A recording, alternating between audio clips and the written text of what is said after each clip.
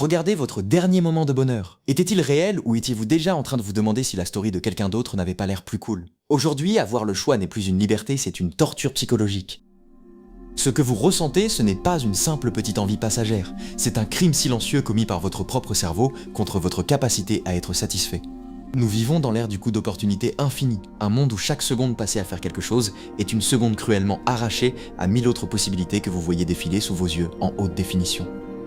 On appelle souvent cela le FOMO, la peur de rater quelque chose. Mais c'est bien plus profond qu'une simple anxiété sociale. C'est une mutation de notre attention.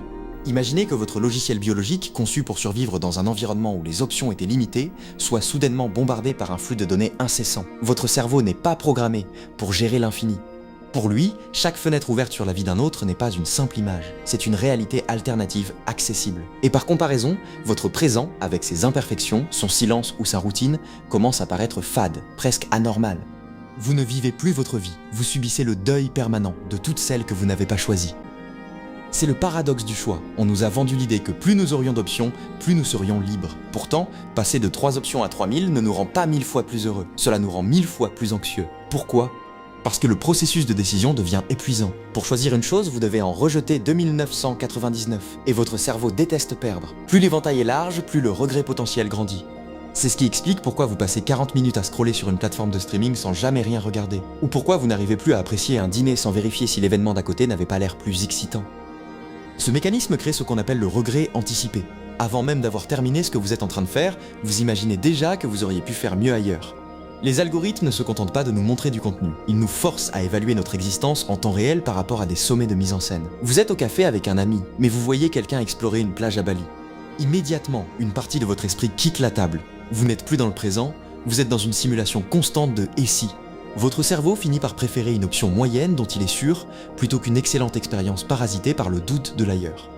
Cette érosion du contentement est le mal invisible de notre siècle. La satisfaction est devenue une compétence obsolète.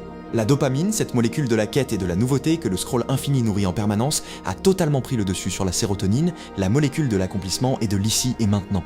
En supprimant les murs de notre réalité, le monde digital nous a enlevé une protection essentielle, l'ignorance. Autrefois, vous ne saviez pas ce que vous ratiez. Aujourd'hui, vous le voyez en 4K, filtré, édité et sublimé. Le contraste est devenu insupportable. Mais posez-vous cette question, et si le problème n'était pas ce que vous voyez, mais votre incapacité radicale à renoncer? C'est ici que se trouve la clé. La liberté moderne est devenue une prison parce qu'elle refuse le sacrifice. Nous voulons tout être, tout faire, tout voir. Mais choisir par définition, c'est éliminer. Pour être réellement heureux dans une pièce, il faut avoir le courage de fermer toutes les autres portes, même si on sait qu'il s'y passe des choses incroyables. Sans ce renoncement volontaire, votre attention restera éparpillée, fragmentée, incapable de se poser assez longtemps pour savourer quoi que ce soit. C'est là qu'intervient la stratégie du joyeux renoncement. Ce n'est pas une injonction à jeter votre téléphone ou à vivre en ermite. C'est une stratégie de survie cognitive. Il s'agit de passer d'une consommation passive à une action délibérée. Le bonheur ne consiste pas à trouver le meilleur choix parmi l'infini, mais à être capable de ne plus en chercher d'autres une fois qu'on a décidé. C'est ce qu'on appelle parfois le JOMO, la joie de rater des choses. Ce n'est pas une tendance zen à la mode, c'est comprendre que chaque porte que vous fermez donne de la valeur à celle qui reste ouverte.